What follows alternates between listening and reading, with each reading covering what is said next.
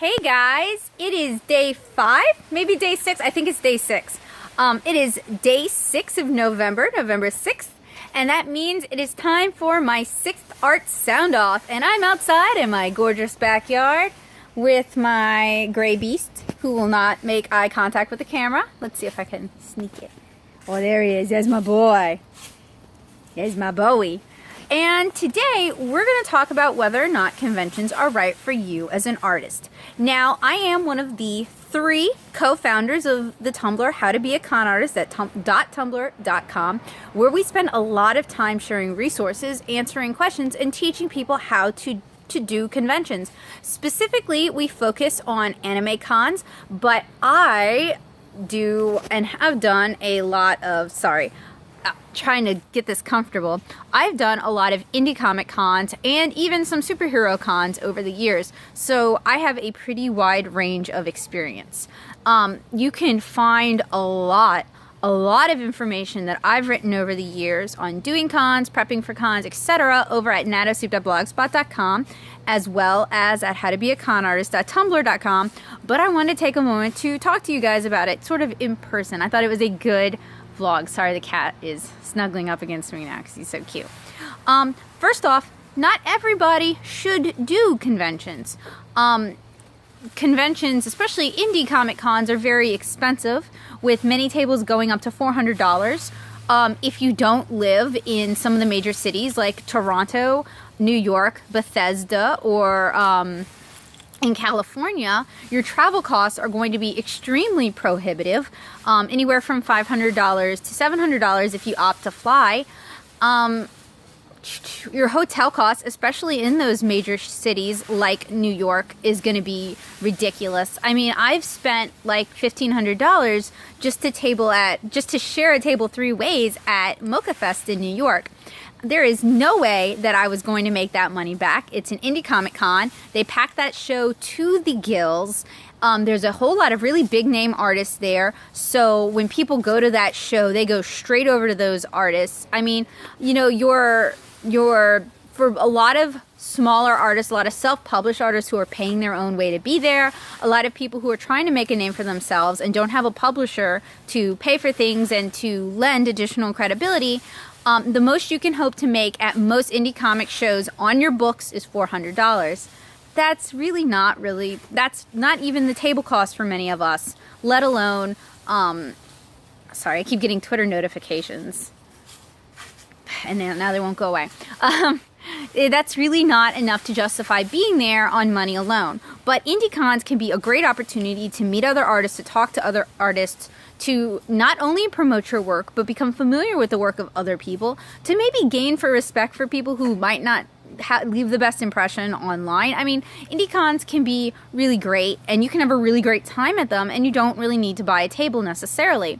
A lot of my friends, and myself included, will hit some of the shows with just, you know, some extra money in our pocket, and we'll go and just buy from a bunch of different people who we never have heard of before, because we want to get to know their work, and we'll talk to them about their stuff, and we'll talk to them about our stuff, and we'll exchange business cards, and everybody enjoys that transaction.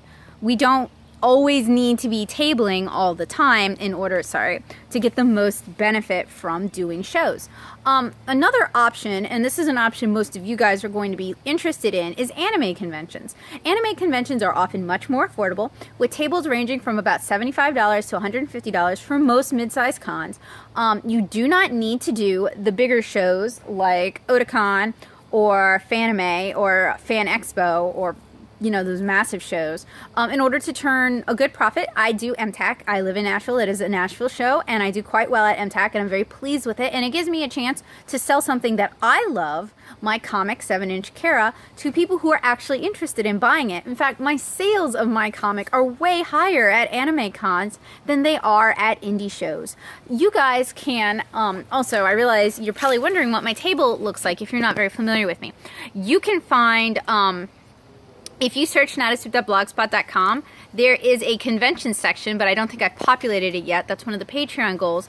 But you can search in my search bar for con recap, and that will bring up dozens of con recaps that include not only photos of my table, photos of my my demo tables, photos of my merchandise, talking about my prices, showing examples of my commissions, but also shots of the con and shots of other people's tables. So that is a great way to do your research. But I always recommend, if you're interested in a con, attend some as an attendee and browse the artist alley first. You wouldn't believe how many people send us asks on how to be a con artist, and they say, I've never even been to a con, I've never even been in the artist alley, but I'm gonna table. And it's just like, you might want to do your market research first. That's just good business. A failed table at an anime con can be very expensive because you have paid for your table, you paid for all this merchandise that hasn't moved, that might not move because you didn't do your research, whereas buying a one-day pass at most shows is under $45, which does seem kind of high. I agree with you. For a one-day pass, that is very high. But it is much more affordable than the $150 for the table, the hotel, if you're going to get a hotel, 3 meals a day at the con, plus all your merch. Just a smaller investment that you can more quickly recoup, and you can go into the show the next year with loads of great ideas and offer stuff that hasn't been offered before. So should you table at a show? Regardless of whether it's indie or anime, you are going to need, if you're an introvert, an ambivert, or very shy, you're going to be able to need to project a professional, friendly personality that can conduct sales. You're going to need to be able to talk about your products. You're going to be able to need to like what you're selling. And you need to, at your very core, like people. This is not your typical retail job. You are representing the entirety of your business. And if you're a jerk, people are not going to want to buy from you. And it kind of doesn't matter how good you are. If you're a jerk, it's going to kill those sales. So you do need to be able to project a kind, friendly, professional personality. You need to be able to talk knowledgeably about what you've created. You need to think up a pitch. If you're doing a comic or an art book, you need to have a pitch for that. You need to be able to explain to people why they should be interested in your book, what makes your book good, what makes it unique. Sorry about that. I usually bring my tripod and I didn't today.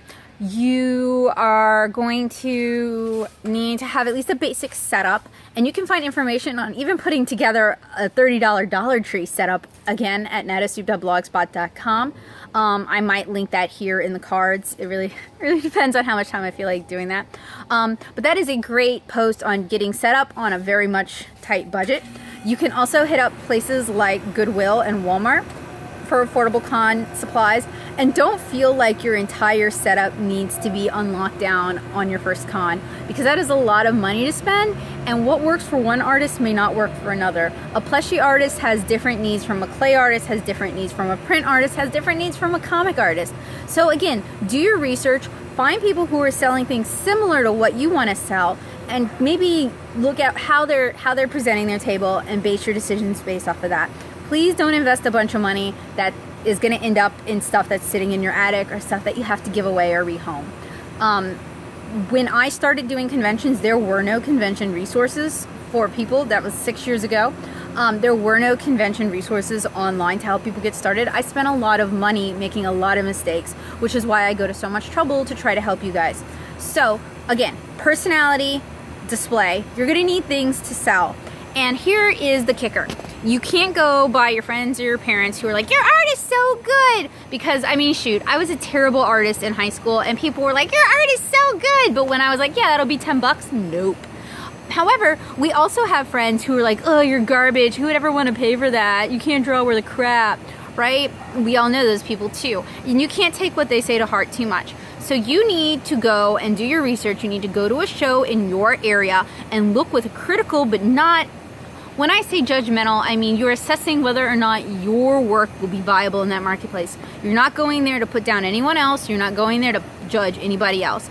And asking artists questions is always recommended.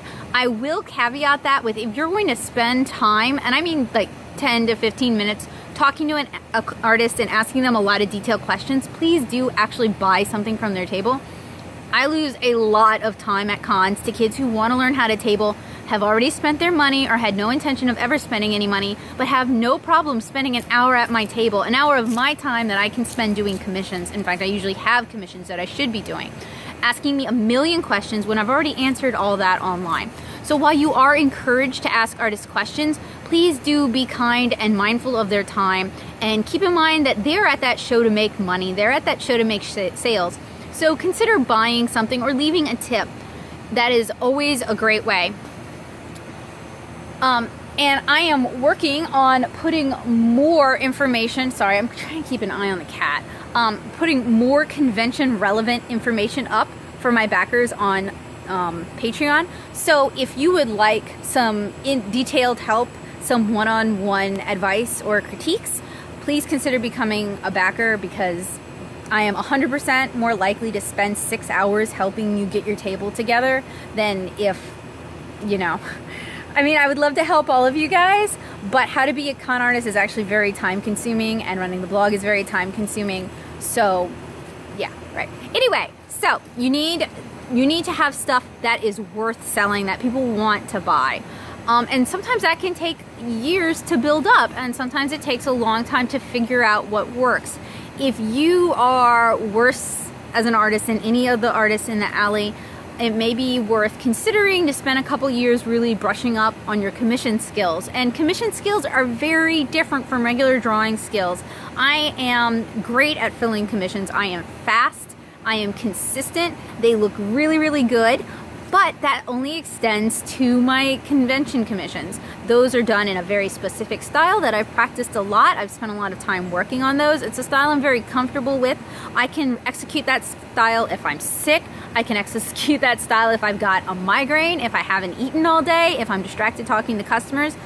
If you do live streams and you can juggle live streams and talking to your audience, you might be an excellent candidate for doing conventions and selling commissions at cons. So those are the basic things. I want you guys to go out there and check out some cons and think about whether or not it's a good fit for you, and be honest with yourself, because you're going to be the one sitting behind that table for 3 days. I'm not going to be the one selling your stuff. And hopefully you guys will come to the conclusion that it's worthwhile and it's fun, and that the Artist Alley is something that's worth supporting. I often tell people that the community you support is the community you participate in. So basically, if you're one of those people who goes to the Artist Alley, makes stink face at everybody who's there and never buys anything, that's what's going to happen to you. That kind of stuff comes around. So when you go around the alley, go and have a good time, be kind to people, go make friends, spend a little bit of money, and I promise all those good vibes will come back to you, especially if you're doing your local cons. So I hope that helped. If you guys have any general questions, you can ask me in the comments below. I highly recommend you check out howtobeaconartist.tumblr.com. Again, that is a Tumblr that I co-run. Right now, it's me and Kiriska, who is another veteran con artist, and her art is amazing. And you can check out her art at kiriska.tumblr.com. We kind of handle the span. She does not do comics so much anymore. She does a lot of beautiful, beautiful illustration, and I do comics and con commissions. So between the two of us, we do have a pretty wide gamut. If you are a seamstress or tailor, or a clay artist or a plushie artist, and you're interested in contributing your knowledge, we are always looking for people who can fill our knowledge gaps. So head on over there and send us an ask and let us know that you're interested. We'll check out your stuff and we may add you as an admin. Let's see. Oh yes, and for all my con recaps and loads of con tutorials, check out natasoup.blogspot.com, where you can see my tables, you can read about my experiences, and you can maybe grow along from some of my mistakes. So I'm Becca Hilburn. This was my 6th Art Sound Off. I hope you guys have a great day. Bye!